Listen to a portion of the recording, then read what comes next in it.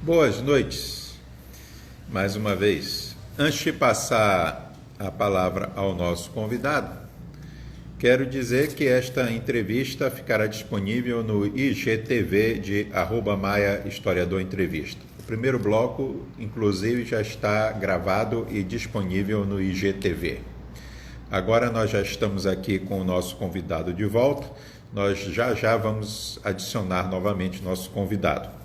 Também quero convidar todos vocês para estarem conosco na próxima semana, mas excepcionalmente, nosso encontro da próxima semana será na quarta-feira, dia 12 de agosto de 2020, às 20 horas neste canal. Então, excepcionalmente, na próxima semana, não vamos ter o nosso programa na quinta-feira, mas na quarta-feira, dia 12, às 20 horas. Então, convidamos vocês para estar conosco, juntos na nossa próxima live.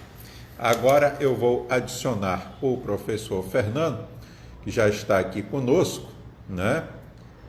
Continuar a nossa entrevista.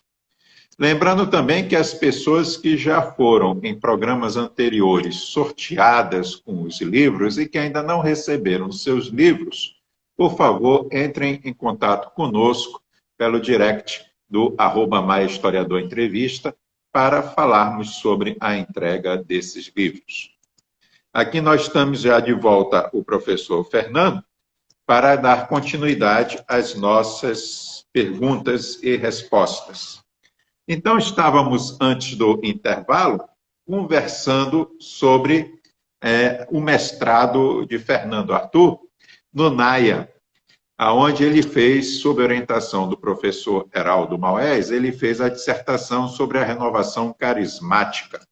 Eu queria que, Fernando, você pudesse falar um pouco sobre a escolha desse tema. Você vem da graduação pesquisando o Partido Católico no século XIX, e no mestrado você vem para o período mais atual, mais recente, vem para um tempo mais recente, o século XX, estudando ainda dentro do campo do catolicismo a renovação carismática, inclusive realizando trabalho de campo, né, para o seu estudo.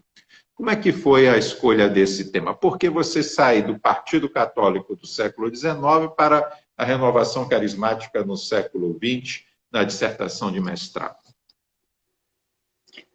Eu pensei àquela altura duas questões me marcavam.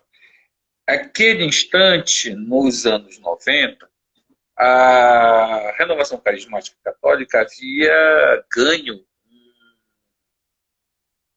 um peso bastante expressivo na sociedade brasileira. E ela chegou a impactar muito, porque desde o início do papado do João Paulo II, houve um processo de reação às decisões do Concílio Vaticano II. E essas reações, durante o papado do João Paulo II, acabaram sendo cristalizadas em um movimento profundamente crítico à teologia da libertação, particularmente a expressão da teologia da libertação na América Latina, mas também com reação a outros movimentos assemelhados, de teologias livres na Holanda, na Alemanha, e nesse corpo todo de reação, isso representava uma renovada, por assim dizer, atenção para um milagre e para uma investida do milagre. Não se tratava de um retorno do sagrado, mas sim um retorno com muita força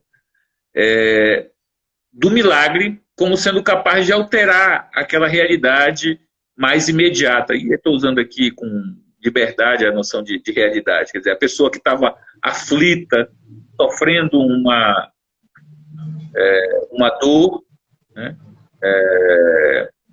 física ou espiritual, e só alcançava a sua satisfação, por assim dizer, graças à intervenção do que eles chamavam do Espírito Santo. Então, a isso eu construí, então, uma categoria, né, que é a experiência católica, que é a forma de experimentar, né? Então, haviam outras formas de experimentar, mas essa forma de experimentar o catolicismo, que é a renovação carismática, ela tinha ganhado muita expressão. E o campo, a atividade de campo, né, que eu ia acompanhar, eu ia, àquela altura, acompanhei as missas, eu não me sentia à vontade, por exemplo, essa é uma das minhas limitações, né, na reflexão antropológica, para participar de grupo de oração. Mas eu participava das missas, né, na Basílica, que eram dirigidas pela Renovação Carismática, a Basílica de Nazaré, e acompanhei os sírios, entre 92 até 95, que ia e registrava no meu caderno de notas, como um diário de campo, literalmente, como um antropólogo, que eu tenho até hoje, né, no qual eu procurava observar as características dos grupos, dessas formas diferentes de experimentar o catolicismo durante o sírio, né? Então, os carismáticos estavam lá, e aí sempre era uma questão, porque eles faziam críticas genéricas à questão das manifestações em relação aos santos, uma vez que o veículo é o Espírito Santo, mas acabavam também fazendo os seus reconhecimentos e a sua entrega à Nossa Senhora de Nazaré. Então, isso me deixava incomodado como estudioso, e eu tentava, então, entender como é que foi feito essa releitura da renovação carismática do Círio de Nazaré, da Nossa Senhora, e como a figura de Maria acabou sendo absorvida no processo de renovação carismática. E por que eu defendi nessa temática? Porque, em que pese o NAIA ser generoso, no sentido de ele ser amplo, Estudo Católico no 19 não teria cola, não teria liga, né? Então, eu procurei atrair a reflexão para o tempo presente, àquela altura, que era a abordagem mais rica do NAIA, que nunca foi uma abordagem histórica, né? A abordagem do NAIA é muito centrada na problematização do presente. Então, eu procurei adequar o meu interesse de fazer a investigação com o do Instituto onde eu estava pleiteando ser aprovado. E, para ser aprovado, eu pensei numa temática que pudesse ser interessante, que se estimulassem para acolher. Fernando, no doutorado, você escolheu como tema de investigação, aí você retorna ao século XIX, no doutorado, como tema de atuação, né, como tema de investigação, a atuação do bispo Dom Macedo Costa e as relações entre o Estado e a Igreja. Como foi esse percurso de pesquisa?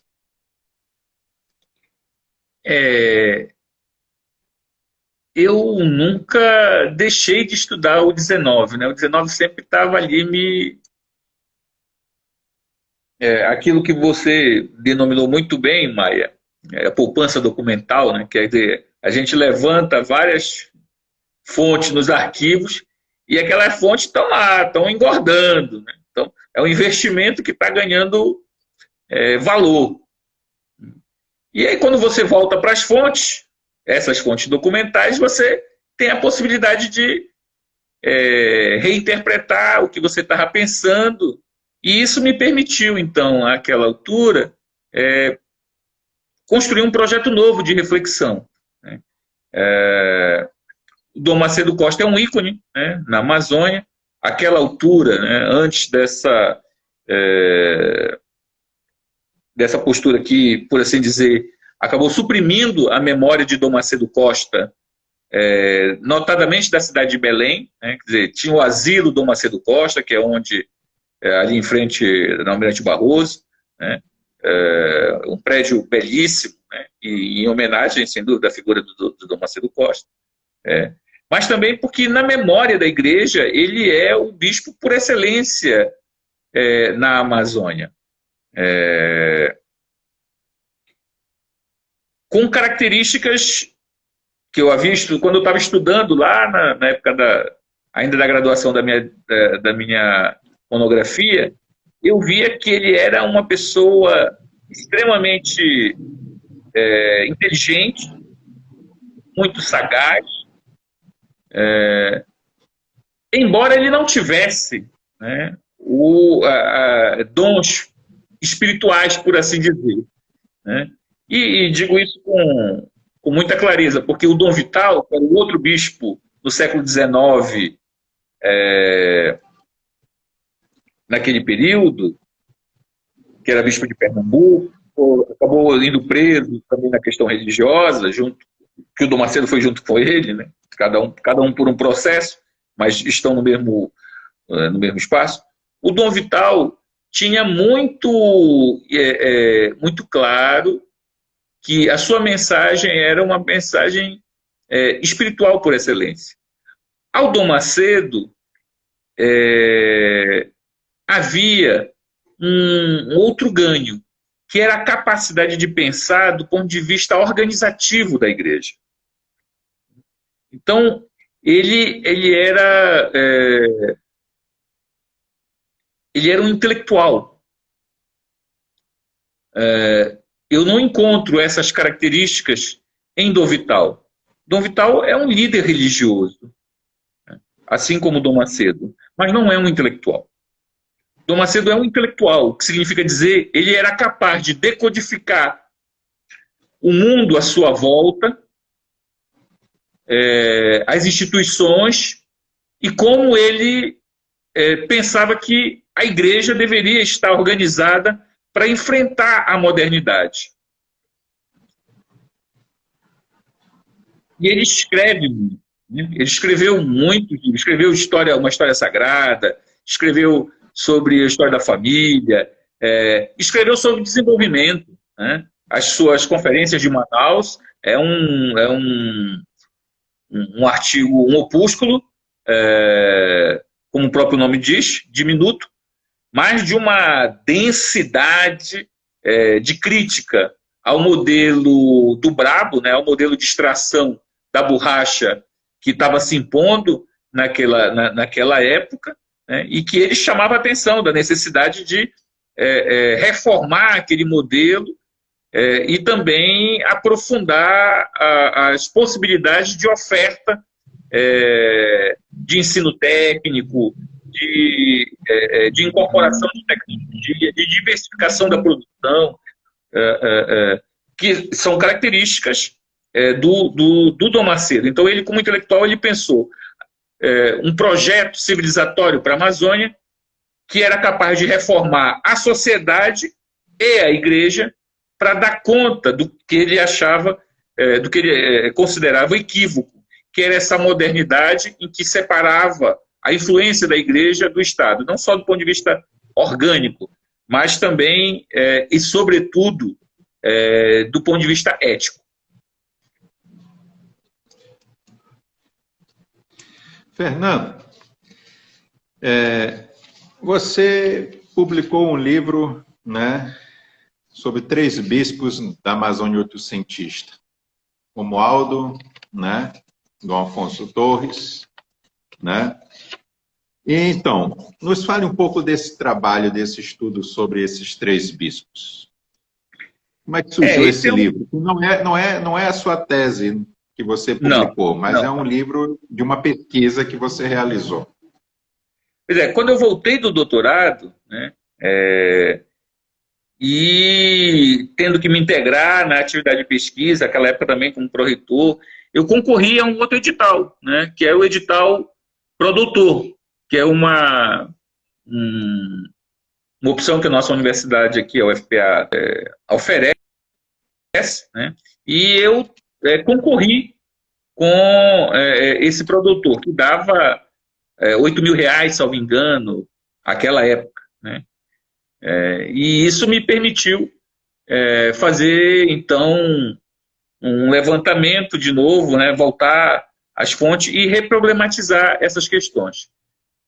Porque eu também havia observado que atribuir todo o processo de reforma da igreja a Macedo Costa é muito exagerado. Isso diz respeito a uma memória que a hierarquia da igreja construiu. E ela acabava por não considerar as contribuições dos bispos que lhe antecederam. E eu busquei encontrar o que eu estou usando a expressão de linha de força, né, que liga esses bispos. O Dom Macedo, o Dom José e o Dom Romualdo. Inclusive, no título do livro, é a primeira vez que eu chamo o Dom Macedo pelo primeiro nome, que é, inclusive, que é como ele assinava nos documentos. Antônio, bispo do Pará. Mas como é que a memória construiu? Dom Macedo. Se fosse falar para o próprio Dom Macedo, ele se reconhece, claro, mas ele se apresenta como Antônio. O Dom José Afonso Torres, Moraes Torres, é um bispo que vem depois da cabanagem, né, 46, ele chega em 44, e vai até 57. Né? E há um lapso entre a renúncia do bispado, o que é uma coisa delicada sempre, no 19 pelo menos, e até a chegada do Dom Macedo na década de 60. Então, que ficou sem titular na diocese. Mas o Dom Afonso Torres, né, a pesquisa, havia me colocado as questões que eu achei muito pertinentes para entender um pouco a importância que o Dom Macedo vai ter. É porque o Dom José, ele se formou em Caraça, em Minas Gerais, que era o centro dos lazaristas, que são aqueles que propõem a reforma da igreja no século XIX do Brasil.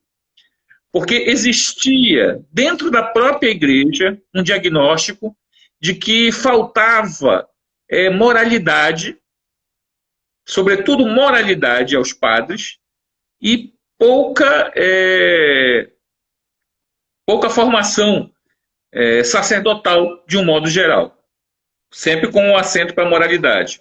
Que eram padres que tinham teudas e manteudas, que não observavam também os ritos e a liturgia corretamente, que eram muito pouco sérios. Né? E o bispo que antecede o Dom Macedo, que é o Dom José Afonso, ele, na minha argumentação, ele já coloca como a ordem do dia a necessidade de moralizar esse clero, de reformar esse clero. Contudo, ele pega ainda a diocese muito conturbada pela cabanagem. Os resquícios da cabanagem, o tratado como resquício até um empobrecimento. As tramas do fim da cabanagem legaram uma desestruturação estrutural e que levava um novo desafio. Inclusive os governadores, os presidentes de província, os presidentes de província, chamam a atenção disso. Né? Eles chamam a atenção que o tecido está extremamente esgarçado e que eles precisam da igreja para recompor esse tecido que foi esgarçado pela luta social e política da cabanagem.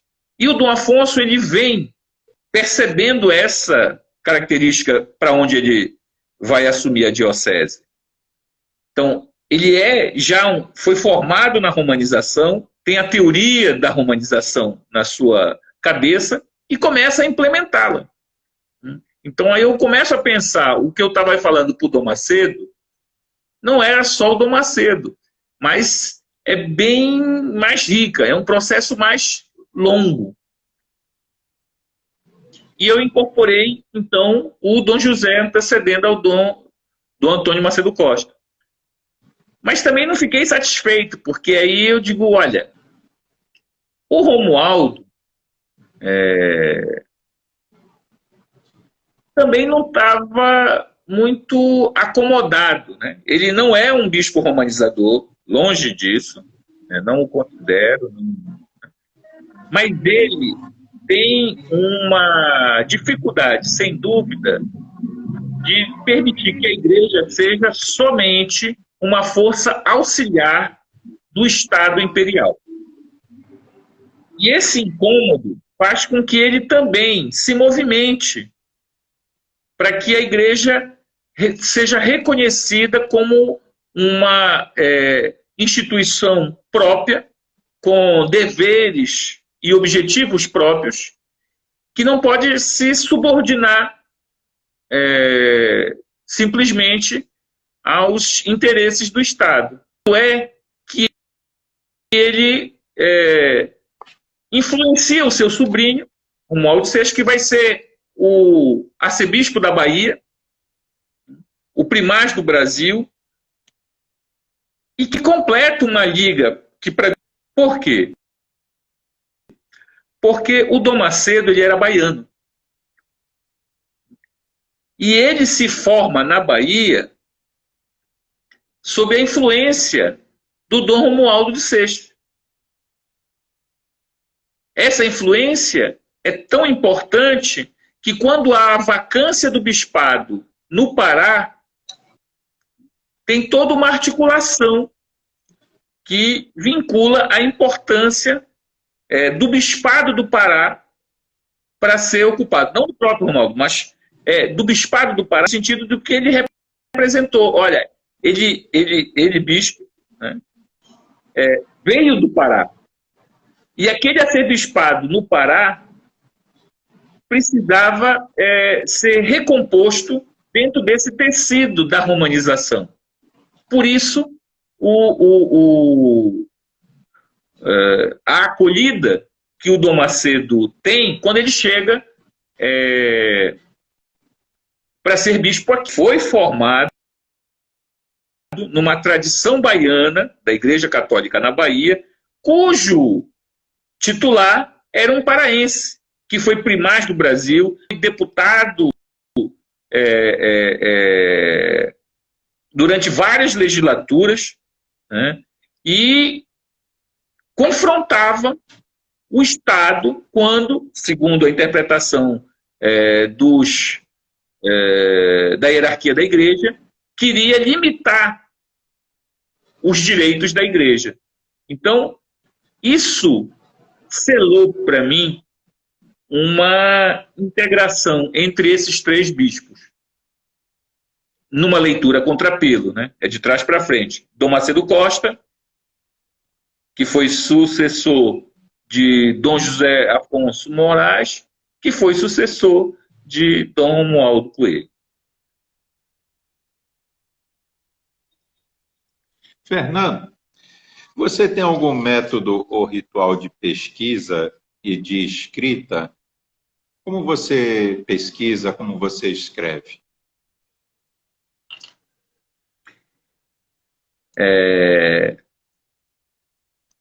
Em relação à pesquisa, né, um rito da pesquisa, para mim, tem a ver com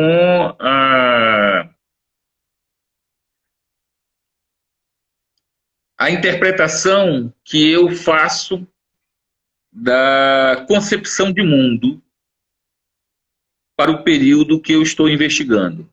Então, isso tem a ver com aquela questão que você colocou anteriormente, né?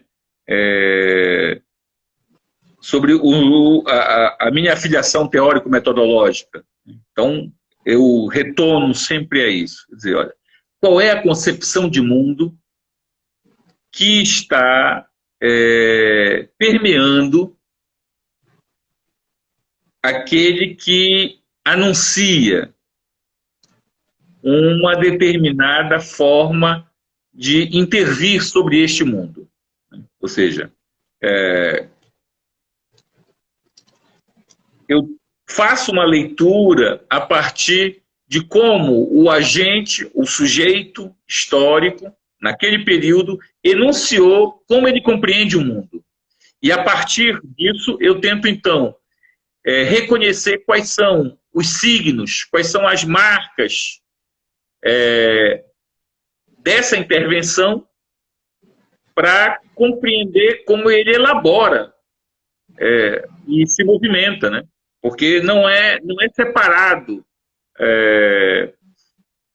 o pensar do agir, né? Quer dizer, do ponto de vista didático, nós separamos para efeito explicativo, né?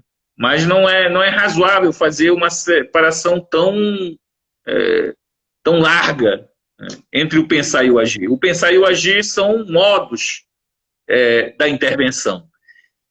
E recupero essa construção a partir do que eu consigo me apoiar da concepção de mundo daquele que está enunciando. Como traduz isso na escrita? Esse é um esforço bem rico, né? Eu pego um texto meu que se aproxime, em alguma medida, é arbitrário, mas que se aproxime, em alguma medida, para a temporalidade que eu estou produzindo aquela investigação, e a partir daí eu retomo o que eu havia escrito para o período e agora faço a pensar que outros sujeitos estão nesse mesmo período, só que agora a ciranda rodou, né? Se em determinado instante eu estava falando sobre o bispo Dom José Afonso de Moraes, depois eu fui ver como um colaborador dele, junto com o Alan, que me orientando, mas que tem trabalhos próprios sobre o José Afonso Moraes, José Afonso Moraes Torres, que também está na mesma ciranda, né? Então tem o bispo, tem o governador do bispado. Os dois não são a mesma pessoa, mas eles estão na mesma ambiência. Os dois estão na hierarquia da igreja, mas estão em postos distintos. Os dois têm uma mesma concepção de mundo no que diz respeito aos direitos da igreja, mas eles experimentam pelos lugares institucionais dos quais eles enunciam formas diferentes. Então, a minha escrita, ela muda de lugar ou ela muda, não é que ela mude de lugar, ela muda o assento, né? Porque a ambiência que eu estou desenvolvendo é a mesma, sobre a mesma, melhor dizendo, sobre a mesma ambiência, mas os sujeitos e a forma como eles sofrem essa experiência, ela é distinta. Então eu preciso reconhecer e reconfigurar essas experiências distintas para ver se elas conseguem se encontrar na concepção de mundo a qual eu estou identificando, que eu havia assinalado como signos, como marcas, como referenciais daquele que apresentou uma determinada intervenção. Fernando, sobre as narrativas da história e a verdade, como você compreende a relação entre a verdade e a história? Algo que é sempre colocado para nós, historiadores. Esse é um debate que talvez nós não tenhamos dado a atenção devida, né? O nosso tempo ele é extremamente tenso por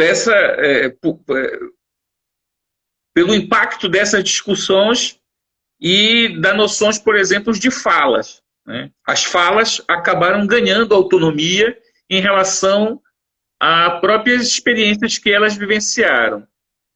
Tem um livro antigo do Adam Schaff, História e Verdade. Hoje, talvez, seguramente, acredito que os alunos de graduação dos anos do século XXI desconheçam, né? Mas o Adam Schaff ele se propõe a um problema que é exatamente rico, que é reconhecer a necessidade de ter a verdade como um esforço de revelação. Porque o exercício de narrativa acabou acumulando muitas narrativas, quando cada uma tem um compromisso único com o seu próprio sujeito que enuncia, sem fazer os devidos acertos em relação ao espaço em disputa no qual ela se insere. Então, a verdade não pode ser uma eleição de conveniência, né? Os discursos, por exemplo, de meta-história supõem que a história é mais um discurso, né? E como ela é mais um discurso, ela gera um tipo de coisa muito banal, que é, por exemplo, quando as pessoas assistem filmes e ficam, olha, isso aconteceu do jeito que está lá no filme. Ou seja, a narrativa cinematográfica passou a concorrer com a narrativa histórica produzida pelos historiadores.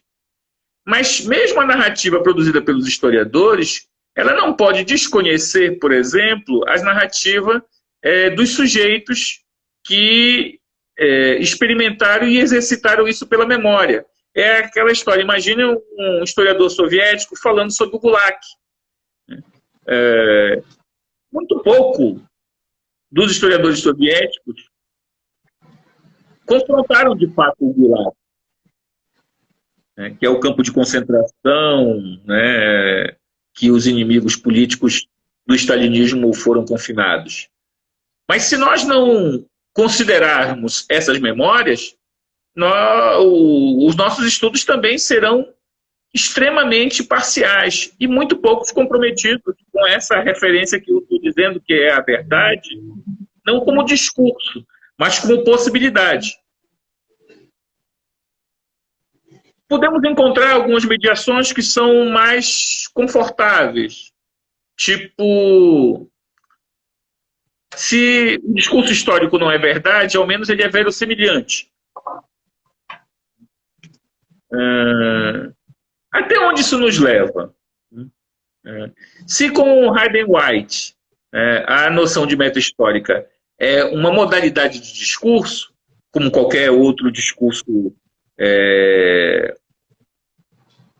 dos gêneros literários, a única preocupação é que tem uma leitura por fontes e um compromisso ético com a verdade. Isso não traduz a exigência de colocarmos com propriedade aquilo que o universo de signos, o universo de símbolos, o universo de significados, e usando essas três categorias, nos informam, por exemplo, sobre o que é a realidade. Um caso muito explícito que a gente consegue perceber são as falas, por exemplo, que agora querem esvaziar a noção da ditadura militar, né? Então, é um discurso que vai num jornal como a Folha de São Paulo, que diz, olha, a ditadura não era tão dura assim, ela era branda, né? Outros, não foi uma ditadura, mas um regime autoritário, ou uma terceira variação. Não houve ditadura. Esse tipo de produção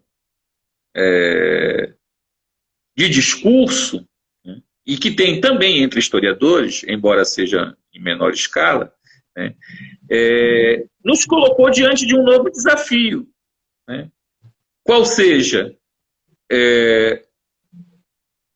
nós temos que demonstrar a insuficiência do discurso pelo discurso. A preocupação com a verdade, ela deve ser um componente de referência para a elaboração da nossa narrativa. E por que ele é uma referência? Porque ele é apoiado nas fontes históricas que são trabalhadas pelos estudiosos. E aí as fontes, sejam elas quais forem, né? O fundamental é que nós consigamos demonstrar a viabilidade dessa significação dentro de um determinado tempo histórico. Eu estava observando esse processo recente de Vidas Negras Importam e da destruição das estátuas.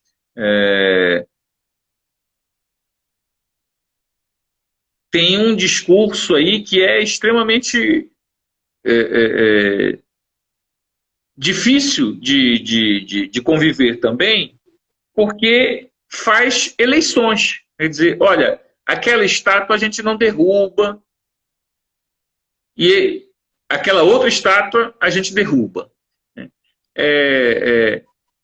Nós não podemos fazer a eleição dos salvadores contra os condenados, né?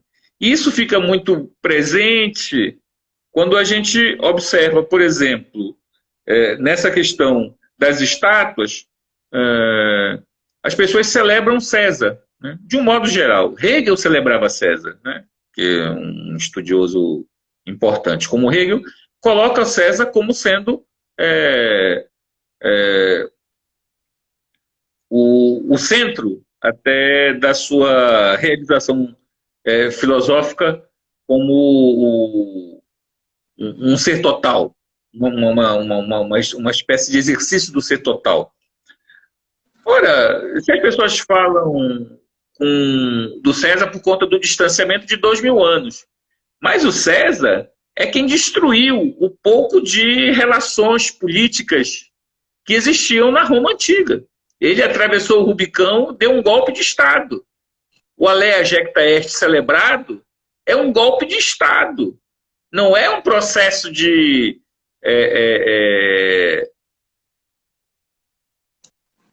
modernização, como supostamente se construiu. Essa é uma leitura feita para assegurar o domínio do Império. E daí nós podemos decodificar mais ainda. Olha, o que era? Como era o Império? Era escravista, né? Ele se funda na escravidão, se funda na exploração humana, e não apenas na exploração, na degradação humana de tantas formas como nós vimos, né? Então, é preciso que o nosso compromisso com a verdade reconheça o que é também o homem no tempo, né? Se ele não é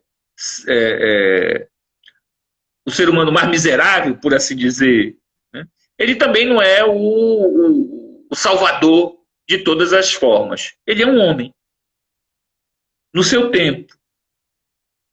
E nós podemos encontrar a verdade desse homem no seu tempo reconhecendo as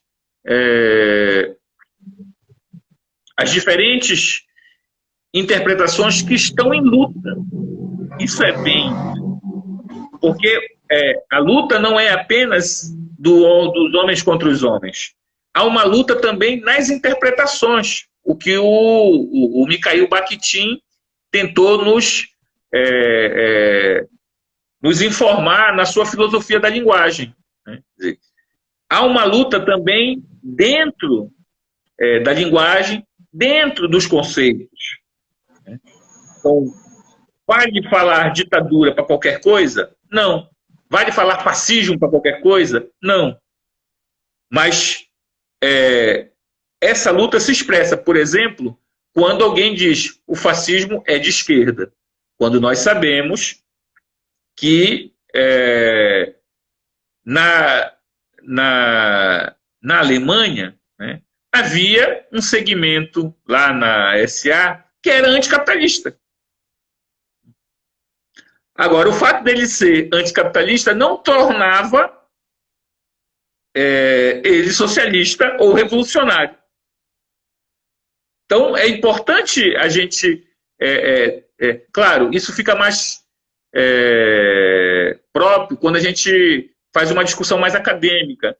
Mas, para a sociedade, nós precisamos ter formas mais ágeis de demonstrar isso para que ela supere as simplificações, supere essas grosserias que fazem com que ela acabe criando mais ideologias e mais se afastando de uma possibilidade de verdade.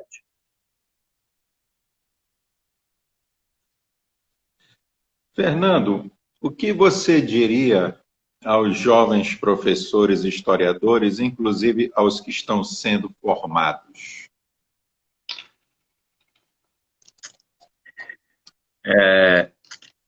Eu confio bastante na nossa capacidade de formação. Né?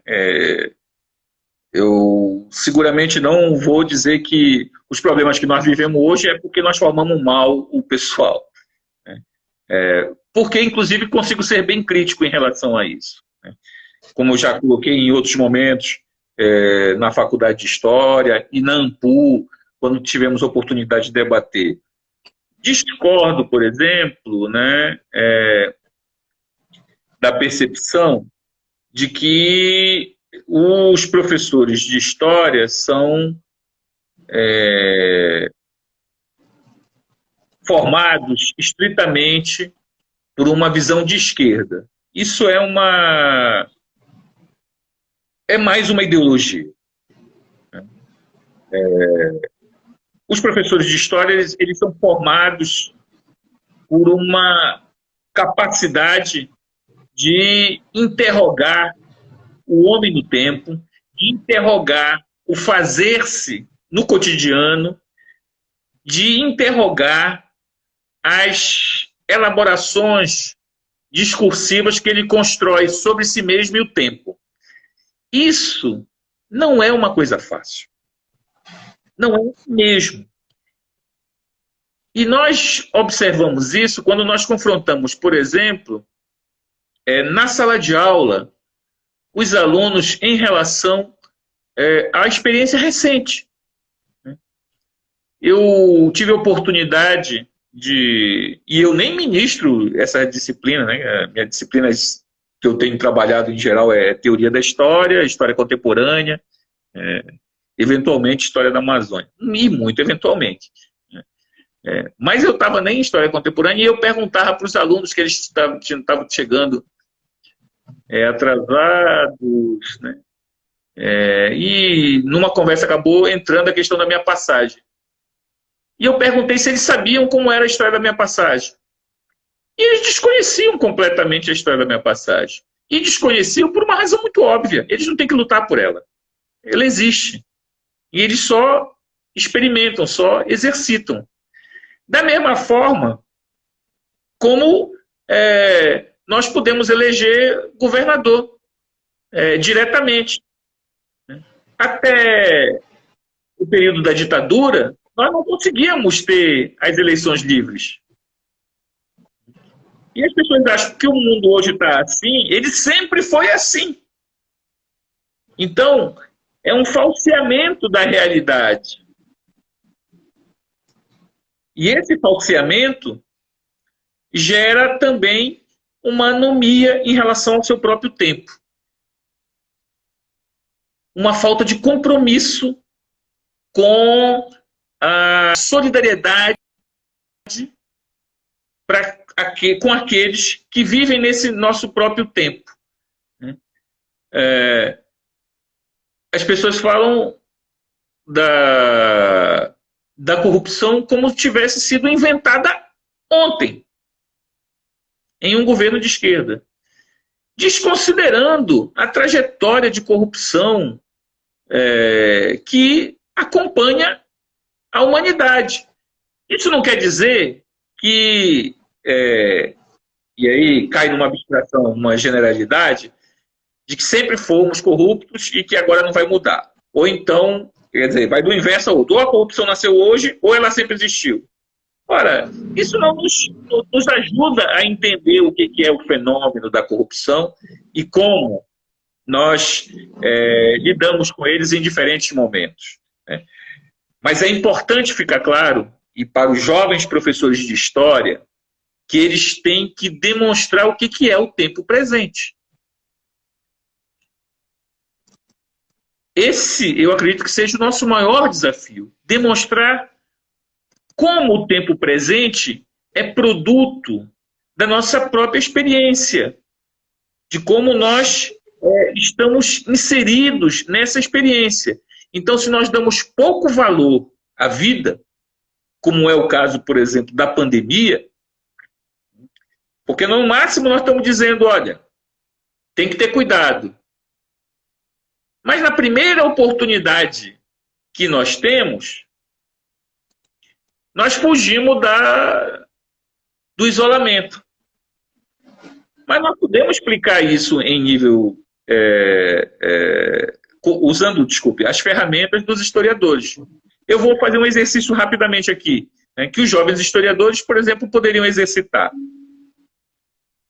A sociabilidade, desde a revolução, da dupla revolução burguesa, é uma sociabilidade toda para a rua. Então nós, cada vez mais, estamos mais na rua do que em casa. Se você considerar, por exemplo, o que é a luz a gás, né? Depois a luz elétrica, nós habitamos à noite. A noite, que era antes, no mundo medieval, um lugar de refúgio. A pessoa logo se refugiava por conta dos medos todos que perseguiam. A Revolução Industrial, com a iluminação, nos colocou um mundo para descobrir que é a noite. Então nós estamos na rua. Passa-se muito pouco tempo em casa. Ora, aí nós temos que enfrentar agora uma pandemia que diz, olha, não saia. Se você puder, fique em casa. Você está nos ajudando, a todos nós, a si próprio, mas a todos nós, está nos ajudando a conter a pandemia. Então, é mais difícil da gente demonstrar para a sociedade que não é apenas um isolamento social, mas isso é fruto também de como nós construímos essa sociabilidade. Mais tempo para a rua e menos tempo para casa. Mas isso nós levamos quantos séculos para chegar nesse patamar? Se for pensar, por exemplo, para o mundo muço-árabe, que tem os jardins internos. Qual é a sociabilidade? Porque a sociabilidade que vale não é a da rua, não é a do mercado. A sociabilidade que vale é a de dentro de casa. Por isso o jardim interno, para convivências, todas as convivências se dão no espaço do jardim interno. Então, os jovens historiadores têm que usar o que é o tempo presente, como é que nós chegamos aqui. E ao fazer isso, nós temos uma possibilidade de enfrentar todo esse debate de o que é a história, para que ela serve, ou deixa de servir. Agora, Fernando, algumas perguntas que eu quero fazer, perguntas breves com respostas breves. A pergunta é breve, a resposta é breve. Com alguma adaptação do questionário respondido por Proust, utilizado por Bernard Pivot e também por James Lipton. São perguntas breves com respostas breves, né? Qual a sua palavra preferida?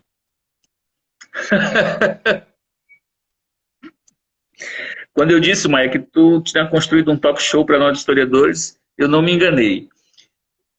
A minha palavra preferida é solidariedade. A palavra que menos gosto? Não. Qual o seu som ou barulho que gosta de ouvir?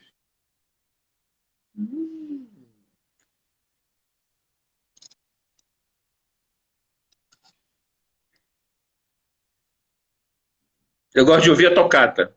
Eu gosto de ouvir órgão. O som ou barulho que menos gosta ou detesta de ouvir?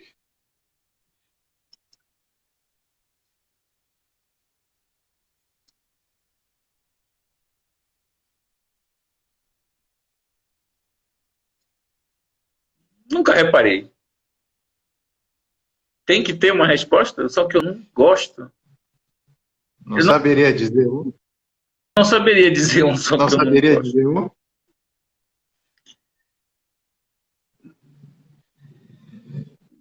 Qual o seu palavrão predileto? Qual palavrão predileto?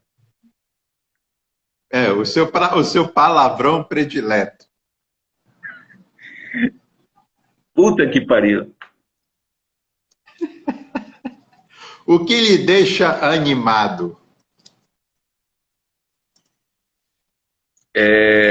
A possibilidade de ver todos felizes. Tem que ser em uma palavra? O que lhe deixa animado? Ver alguém... Ver alegria. O que o repugna?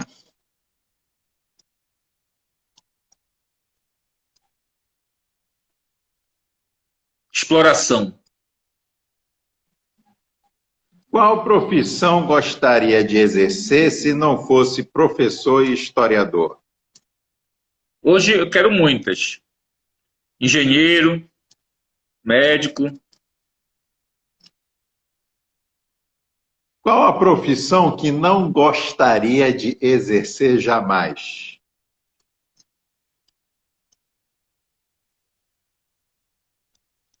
Advogado. Se você pudesse reencontrar alguém que já partiu, quem seria e o que lhe diria?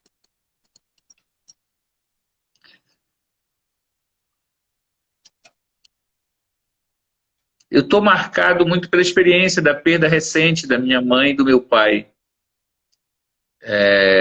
Então, seria minha mãe. E diria a ela que ela sempre será muito amada. Ok, Fernando. Então, nós vamos ver aqui o nosso tempo. Nós temos pouco tempo agora, né? Então, eu pediria, não vai haver tempo de ir mais adiante, daqui a pouco estamos encerrando, daqui a pouco completa 60 minutos. Então, eu gostaria, Fernando, caso você queira, antes que eu encerre, né, falar algumas palavras finais, caso queira, antes que eu encerre. Palavras breves, por causa do tempo. Eu agradeço a todos que assistiram essa entrevista. É muito legal, você se prepara para uma coisa, né? Porque eu estou inaugurando, por assim dizer, o Instagram, não tenho familiaridade, mas queria muito conversar com as pessoas sobre minha trajetória de vida, poder compartilhar com alguém que eu confio e é capaz de manter uma discussão bem elevada, como a que você me provocou. Fico muito, muito contente com isso. E, claro, não tem como não reconhecer as pessoas que me trouxeram aqui também, que são meus familiares, minha relação com minha filha, meus irmãos, meus colegas da faculdade, Naná, sempre um carinho, Edilza Fonte, professora Ruth. Acabo sendo injusto não mencionando os colegas, mas me sinto muito devedor e feliz por ter partilhado, né, ter dado ao lado dessas pessoas. Amigas e amigos argonautas, por hoje é só. Deixo vocês na companhia das palavras de Rosa Luxemburgo, abre aspas. Por um mundo onde sejamos socialmente iguais, humanamente diferentes e totalmente livres, fecha aspas. Agradeço a participação de vocês e de nosso convidado, o professor Fernando Arthur. Boas noites, tudo de bom e de bem, e até a próxima, excepcionalmente na semana que vem, quarta-feira. Até lá, então, esperamos vocês. Eu vou, então, agora encerrar, desconectar aqui o professor Fernando e aguardar para encerrar o nosso programa, porque nós temos um delay, né? Então vou aguardar um pouquinho enquanto as pessoas dão as suas saudações de despedida e agradeço mais uma vez vocês por estarem aqui conosco. Muito obrigado, boas noites.